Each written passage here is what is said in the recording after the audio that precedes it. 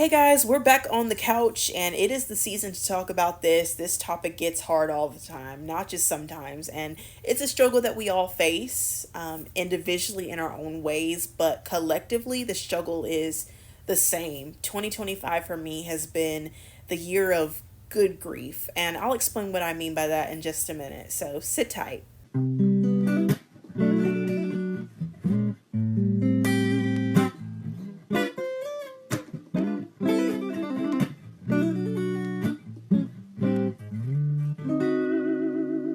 Welcome back to Couch Conversations. Today's episode, there's just so many angles from and perspectives on what I want to share.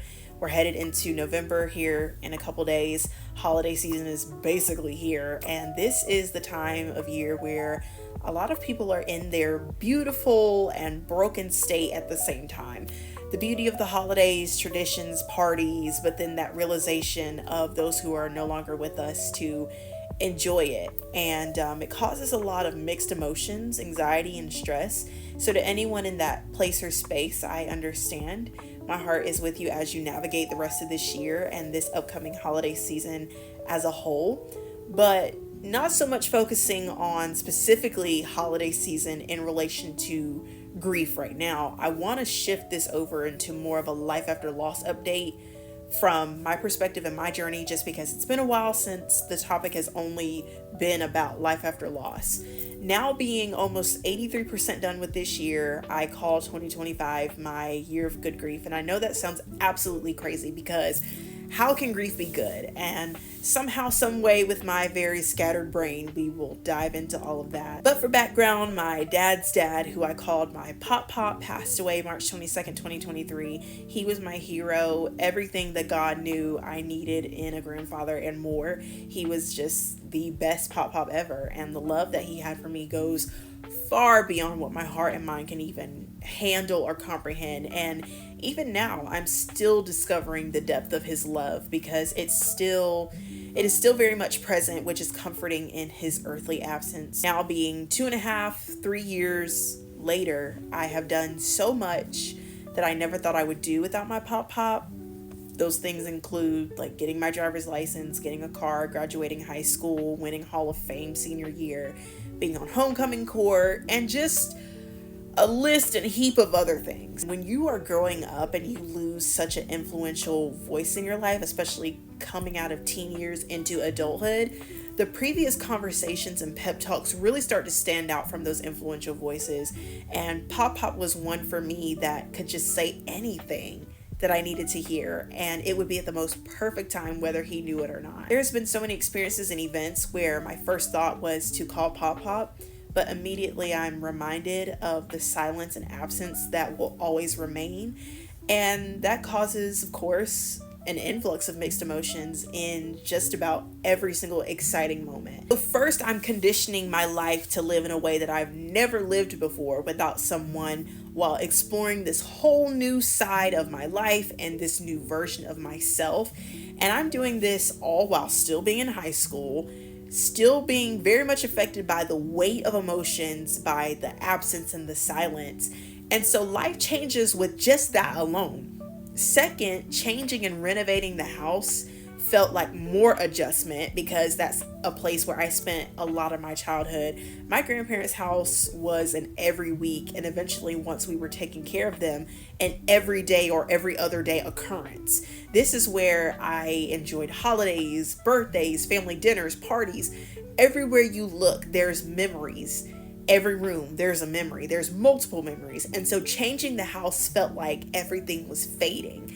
2025 is claimed as my year of good grief, because it has been the first year out of all where I felt not as crippled by the harsh emotions that grief causes. As I mentioned, this past year of my life has been the biggest year yet. I have accomplished so much, every accomplishment of which I have desired to share with my pop. 2025 has been the year of starting to understand and realize more that this is actually my real life for the rest of my life. Like, I will live the rest of my life in a mixed emotions world where I'm having the time of my life, but also thinking of the people that meant so much to me who are not here to share that same joy and excitement. winning Hall of Fame, for example, during senior year of high school was something Pop spoke into existence before he passed away. So my sophomore year. Immediately when I found out this news, of course I wanted to call him and tell him that he was right. And of course I kind of laughed at myself when I thought of that, because I was like, you never really needed to tell Pop anything, because he always knew. He always knew. My graduation night even, sincerely one of the best nights of my life, undeniably. But there was also this strain on my heart, knowing that for so long, he and I, and Meemaw too, had conversations about this day and this moment. Graduation season felt off. Senior rec, my graduation party, graduation night. I knew family was there, and of course, my family means the world to me. I am very much a family-oriented person, but those empty seats next to them really grabbed me. Lastly, the one that really pulls on my heart the most is my new car. Pop and I, we had a lot of what felt like a million different important conversations before he passed away. We talked a lot more specifically in those last 3 to 6 months of his life, because I think he was really stressed about making sure I knew he loved me, and he wanted me to know that either way things went or turned out to be, that he was still going to keep his promises. And in many of these conversations, he was talking about promises that he was making financially. Growing up, he always talked about, I want to buy your first car, I want to buy your first car. And I did not get a car or license because that was when Pop got sick. So sweet 16 for me was not so sweet anymore when Pop passed away.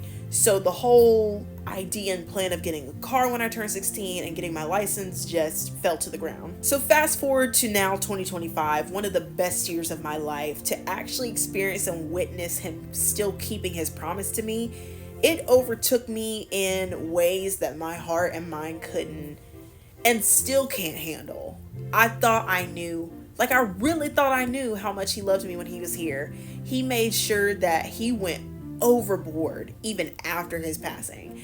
And all I wanted to do was just call and tell him thank you. But after all, thank you will never be enough to really express my deep, full gratitude, as I stated in my birthday recap. These are just examples of ways that have shown me that life is literally going to be and feel this way, where there's always something missing. There's always going to be that missing piece of the puzzle. I feel like now in 2025, it's the biggest moments that really feel the most suffocating, instead of every little thing, like when you're trying to navigate through that first year. Day to day at home, my parents and I, we talk about Pop all the time, and we reference him. We use quotes that he used to say all the time that we understand as a family, and we use it with each other in conversation. But in the grand scheme of things, when it's really those big moments that are sentimental, it's where you really step back and look at it from those perspectives and think, this is so hard because I was so loved. Pop was always in my ear with the sweetest encouragement and pep talks at the most perfect times. Times when he knew I was struggling and times he didn't even know. And he did this in his suffering while I was struggling. And that is just so selfless. So it's a state of being beautifully broken, just a little bit more put together now. The pieces of this puzzle aren't as scattered as they used to be. And God in his own way has given me such a grace to not be as scarred from all of this. And I strongly feel like he took it up a notch this year. And when I say 2025 is my year of getting to good grief, I don't mean feeling good because of it, but rather finding the good while walking through it. In a span of 5 years, I lost both my paternal grandparents. Meemaw was first and then Pop was second. And I don't talk a whole lot about Meemaw just because I was 12 when she passed away. I still have a good memory of her because I wasn't too young. However, 2 days after she passed away, I had a major scoliosis surgery. So my journey of grief with her was kind of distorted and such a blur because of the medication and the physical journey I was also on at the same time of her decline and eventually passing. So my relationship dynamic with Pop was different because I was 4 years older by then. I was more physically and fully present in Pop's decline and passing, being recovered from surgery. So it's two different dynamics, but I love them both so much. But I just had more time with Pop Pop. This year I experienced another loss too. It's a significant one, at least for me. My great aunt passed away earlier this year, this past summer. If you were on the channel the whole summer, I walked you guys through really that season of heartbreak. My great aunt was my Pop Pop sister. So when Pop Pop passed away, his side of the family, my parents and I, we all really just got closer, and that was our cousin's last uncle alive. And so that left us with their mom, who is my great aunt, the last sibling, the last aunt, my great aunt, so much like Pop Pop. They were twins. You could see the features, the traits, but also in the conversations, their words, like attitudes, were very similar. So when Pop Pop passed away, I felt like I still had a piece of him through my great aunt, which that was emotionally comforting. So when she passed away in July, it felt like it wasn't just the grief of her, but also Pop Pop too. 2025 has been that reconfiguration, that year of reconfiguration in grief. This reconfiguration has taken my heart on a roller coaster, but yet softly. And I don't know how that makes sense, but it does in my head. For a while, I felt like I was on this fast roller coaster with the up and down emotions, but now it's that roller coaster that you get on and you're like, okay, I don't really know, but then it starts and it's like, okay, this ain't too bad. One thing that has been so helpful in the past, especially 2.5 years, is my amazing family and friends. When you lose someone, your life has changed forever. You are no longer the same person. It's like the version of who you were when they were alive also like left with them too. To have such an amazing squad who has loved me through so many shifting seasons and rediscovering myself in life after loss has been such a huge blessing. And then also another thing that has been helpful is my relationship with God. I know it is very, very, very easy for people to blame God in the passing of someone you love, but for me, in the way that things happened with and to Pop Pop, I wholeheartedly believe that God gave Pop Pop a choice.